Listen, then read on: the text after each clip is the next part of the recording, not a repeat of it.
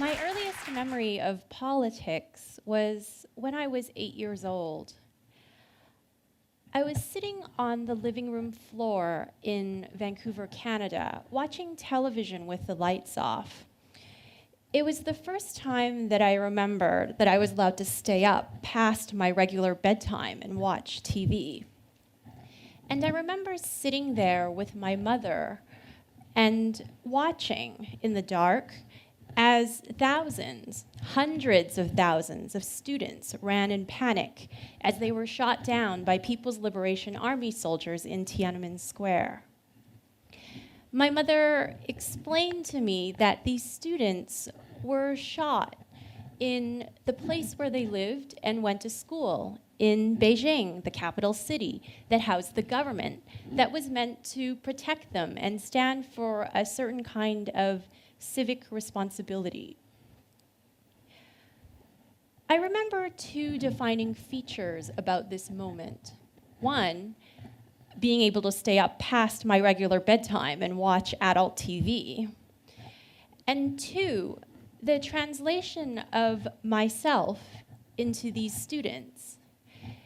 The idea that in a different time, in a different revolution of circumstances, I could have been standing in that square.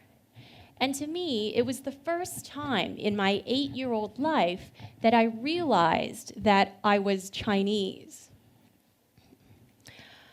Today, I work as a curator, and I chose this profession not because I knew a lot about art, but because I knew a lot about traveling to new places. And that's what art, the best kind of art and education, allows you to do. This feeling of being in an uncontrolled physical environment that is fantastic and foreign is part of the adrenaline of traveling that has a direct relationship with encountering great art. I remember the first time that I ever traveled to China in 2003. I was going there to teach English in a city that was north of Beijing, Shenyang, a city not known for very much else at the time except for heavy industry. My first day there, I walked around the neighborhood and gave a big Canadian hello to everyone I saw on the street. Not a single person waved back to me, and every single person looked at me blankly. And I realized that what I considered a universal greeting, the English hello, was something that was completely foreign to this country that I was now living in. That night, I went out for dinner with some of the local Chinese teachers. They took me out for hot pot. After many merry bottles of Tsingtao beer, I had to go to the bathroom. So I walked to the back of the restaurant where the bathroom was. There was only one unisex bathroom, which is fine, no big deal. I'm not a fussy person. But when I opened the shower glass door that stood for the bathroom stall door, I looked inside and I realized that there was no toilet, only a hole framed by 2 footprints. Now, I won't act out for you how to use a Chinese squat toilet, something that I can use today with incredible expertise. But back then, in that moment, in 2003, I looked at the situation and decided to close the shower glass door, walk back to my new Chinese friends, and vowed never to use the bathroom the entire year I was in China. 3 beers, and 2 hours later, that resolution was happily broken, with great relief, I might add. So, what am I saying here? I guess I'm saying that, like the great 20th century conceptual artist Marcel Duchamp, art has something to do with unexpected toilets. These experiences led up to a new kind of process of meaning, which allowed me to combine translation, education, and art. I learned to translate these humiliating, meaningful, humbling experiences into a curatorial process that allowed me to engage with volunteers, as well as teach in a way that my students could empathize with and understand.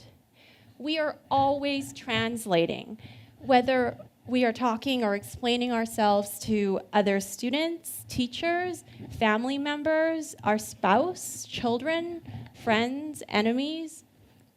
The very act of explaining ourselves to another is part of the process of translation. It was because of these experiences that in 2011, I decided to ask mainland Chinese artist Ai Weiwei if he would be interested in collaborating on a translation project revisiting his 2007 work, Fairytale. Now, Ai Weiwei is an artist that is interested in working outside the conventional boundaries of art. For me, some of his most profound projects deal with themes to do with the rights of the individual, civic responsibility, as well as the political remembrance of history. His 2007 work, Fairytale, brings 1,001 mainland Chinese people from China over to Kassel, Germany, on the occasion of the 2007 exhibition of Documenta 12, an art exhibition. Participants were split into 5 groups of 200 people each, and they traveled to Kassel, Germany in the summer of 2007 through staggered 2-week intervals. Fairytale operates as both a word and a concept, and like all of Ai Weiwei's projects, instigates meaning on multiple levels. Kassel, Germany is the heart and birthplace of the fairy tales authored by the Brothers Grimm.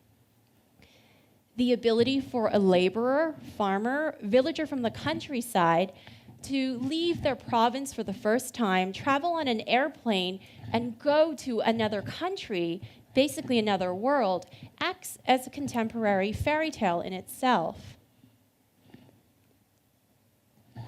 A 27-year-old tour guide from Jiangsu province tells us that, surprisingly, the sun does not set in Kassel until 9:30 p.m. A 47-year-old company employee from Xinjiang province tells us the astonishing tale of a German-Chinese man whom he met in Kassel. This German-Chinese man had never been to mainland China before or ever met anybody from mainland China. A 19-year-old university student from Fudan University decides to explore the German countryside and take jumping photos with her friends. A 48-year-old farmer decides to take photographs of the sky from his airplane seat. The project is about all of these stories, not just one tale, but 1,001 fairy tales. So, in 2011, with the collaboration of Slot Foundation in Philadelphia, and on the 5th year anniversary of Documenta 12 exhibition, we decided to take all these documents that were from the project and curate, archive, and translate these documents into a kind of project form. The documents include everything from interviews, questionnaires, PowerPoints, over 100,000 photographs that were taken by the participants. This is done predominantly through a global volunteer network. We are interested in chronicling what happened after the exhibition, because even though the exhibition is finished, the lives of the participants still continue. Of particular interest to us are the memories and the experiences, as well as the present-day lives of the participants as we begin to contact them this year. Central to Fairytale Project are the interviews that Ai Weiwei conducted in 2007. These interviews tell us a lot about the universality of culture, ethnicity, and society. a 29-year-old dancer/housewife married to a man 13 years her senior, tells us that she truly believes in great love. A 35-year-old journalist tells us about the surprising similarities between the Kassel countryside and the famous mountains of Zhujiaigou in China. A 48-year-old school teacher tells us about angry youths and talks about the failure of modern education in the East as well as the West. Fairytale foregrounds all of these experiences and allows for the potential in educating about other worlds. Diaspora, travel, and immigration allow for a kind of worlding of experience. Travel, and by extension translation, allows not only an out-of-country displacement, but out of culture, out of language, out of oneself experience. It deals with pluralistic identities that allow you to revolve around different aspects of culture, ethnicity, and other societies. Travel and the idea of leaving home allow you to reveal that home is no longer a fixed, familiar place, but instead, perhaps we can think of it as a point on an open crossroads where there is no beginning or no end, and for many, there is no home to go back to. So I'm going to show you a little bit about the project here. So people that go on, and we have participants and volunteers from all around the world, what happens is you navigate the website, and the website is used to filter different stories. For example, one can filter through gender, through location, through date of birth, if you were born in the 1940s, 1950s, 1960s. If you want to find somebody who was from Beijing, born in the 1960s, and was talking about love, we have about 10 themes in which you can isolate the different participants that you're interested in. And you choose a participant and you choose their story. And by choosing the participant and choosing the story, what you're doing is by participating biculturally and linguistically understanding and perhaps even translating their experience into your own.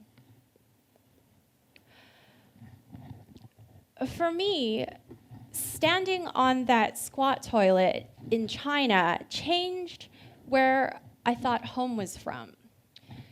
Just as watching what happened on June 4th, 1989 changed where I thought my identity began 24 years ago.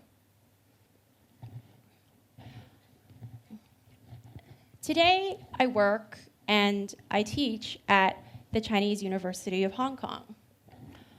I teach my students about philosophical inquiry, contemporary literature, and aesthetics, students the same age as those that stood out in Tiananmen Square. Every June 4th, in Victoria Park, which I can see from my apartment window in Hong Kong, over 100,000 people stand in a candlelight vigil for those children that never came home. Translation is the sum of all of these experiences. Whether we are able to linguistically manipulate worlds into our own language, or whether through some spark of inspiration, we are able to culturally translate another's words and identity into our own language and home. Thank you.